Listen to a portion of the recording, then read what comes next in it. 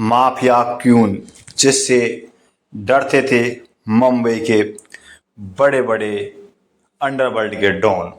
दोस्तों, जिसका नाम है जैनाबाई दारूवाला। दोस्तों, उसके दारूवाला क्यों नाम पड़ा? दाऊद हाजी मस्ताना जैसे कहते थे मौसी। अंडरवर्ल्ड पर था उसका राज।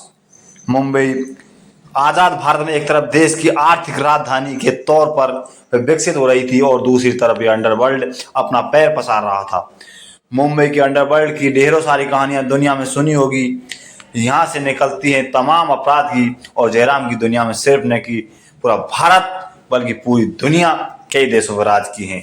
लेकिन आपको पता है कि कई डॉन जो मुंबई की गलियां खोलियों से निकलकर दुनिया के देश में गोरे धंधे को न सिर्फ फैलाया बल्कि एक छत्र राज किया।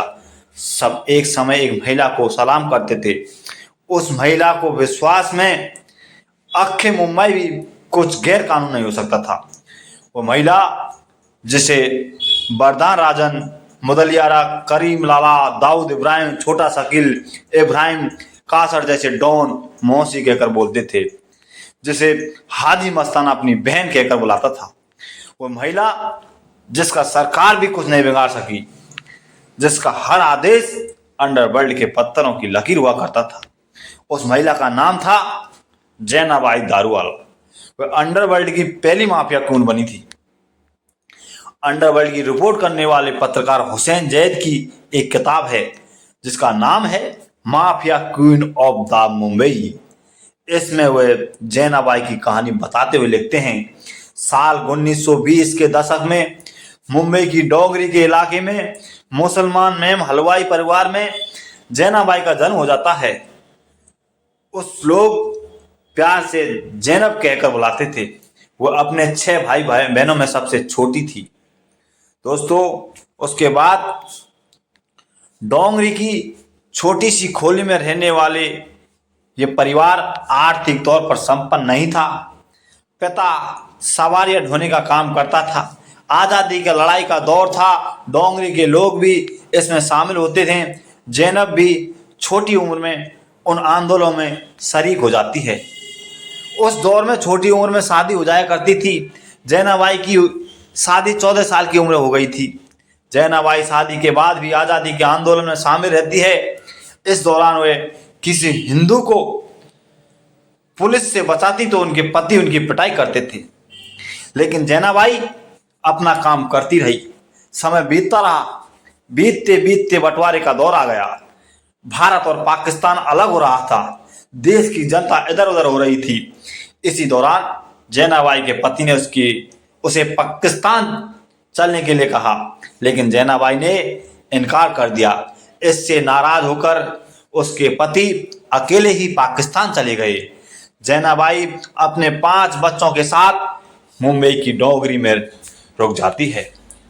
अब दोस्तों, यहाँ से जैनाबाई का नया सफर स्टार्ट हो जाता है। देश की आज़ादी के बाद मुंबई में राशन की किल्लत हुई। बंटवारे का दंश भी मुंबई पर भारी पड़ा। महाराष्ट्र सरकार ने गरीबों के लिए सस्ते दर पर राशन की व्यवस्था की गई। यहाँ पर जैनाबाई को व्यापार दिखा और वे चावल के धंधे पर उतर गई।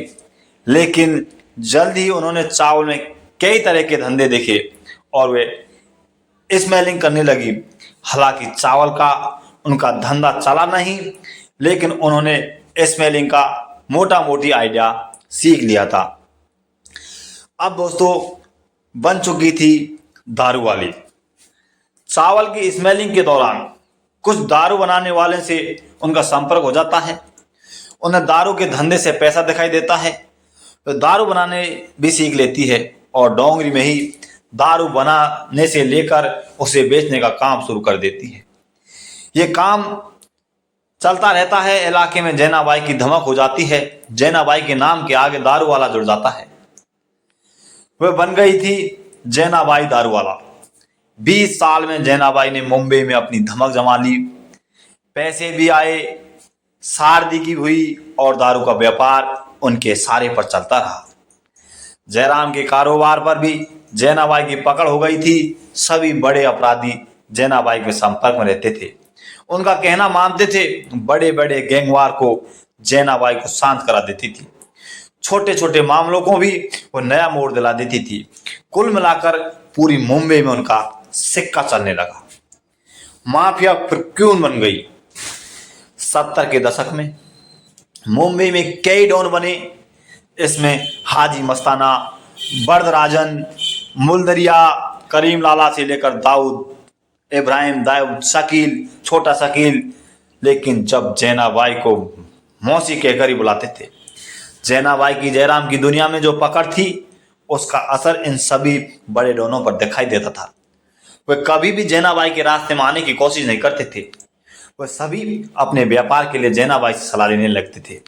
जैनाबाई भी शराब के साथ साथ स्मेलिंग के दूसरे धंधे में भी हाथ आजमाने लग जाती है। खूब पैसे कमाती है। यहां से उन्हें माफिया कून कहलाने लगती है। पुलिस को भी उसे एक बार छोड़ना पड़ा। 60 के दशक में जैनाबाई को नकली दारू बेचने के आरोप में गिरफ्तार कर लिया गया था।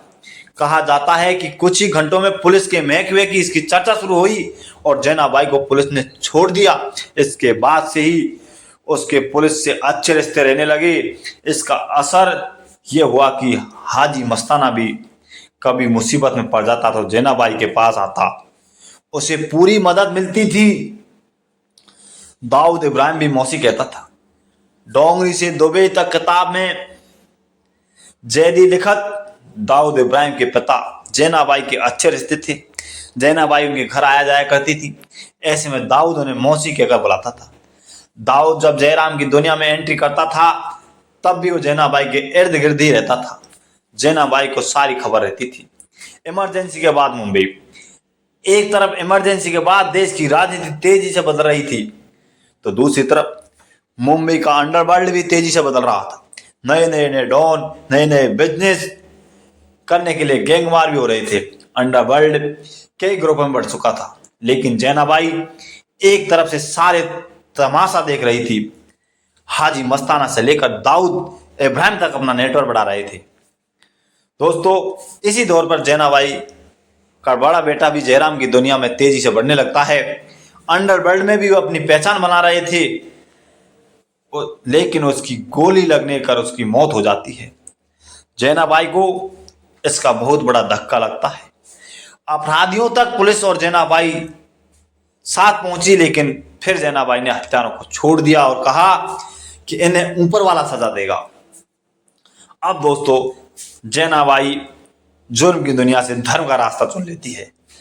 जैनाबाई उम्र के एक पड़ाव पर पहुंच गई थी। ऊपर से बेटे की मौत, अब वो धर्म के रास्ते पे आ गई। वो हिंदू मुस्लिम एकता के लिए काम करने लगी। जहां भी सांप्रदायिक झगड़े होते, वह हिंदू मुस्लिम के सूदखोर लोगों के साथ पहुंचती और एकता की बात करती। इससे उनकी पहचान अलग ही हो गई थी। छवि तेजी से बदल रही थी। इसी दौर में अपराध की दुनिया में पकड़ कम होने लगी। दारू धंधा भी पूरी तरह से बदल गया। नए तरह से नशे, नए तरह की स्मेलिंग भी शुरू हो चुकी थी। जैनाबाई इन सब से दूर हो रही थी। उनका नेटवर्क भी खत्म हो गया था। ऐसे में हाजी मस्ताना से लेकर दाऊद इब्राहिम जैनाबाई से दूरी बना लेते हैं। साल 1993 में धमाका। कहा जाता है कि साल 1993 का बम धमाके के बाद जैनाबाई काफी परेशान रहने लगी। उन्हें पछतावा था कि अगर उनका नेटवर्क रहता तो इस धमाके की पहले उनकी जानकारी होती, वो इसे रोक सकती थी। दाऊद को लेकर भी उनकी नाराजगी थी। मुंबई में हुए मौतों ने उन्हें हिला दिया था। वह इससे उबर नहीं पाई और बीमार पड़ने लग जाती है और उनका निधन हो जाता है। तो ये थी दोस्तों अंडरवर्ल्ड की क्यून, जिसकी पूरी जीवन लीला समाप्त हुई। एक बहुत ही अच्छी थी। दोस्तों, ये आपको कहानी अच्छी लगे तो प्लीज़ हमारे चैनल शेयर करें, सब्सक्राइब करें, बेल आइकन दबाएं। आप देख रहे हैं हमारा ऑल इंडिया फैक्ट चैनल। तो दोस्तों, प्लीज़ हमारे चैनल पर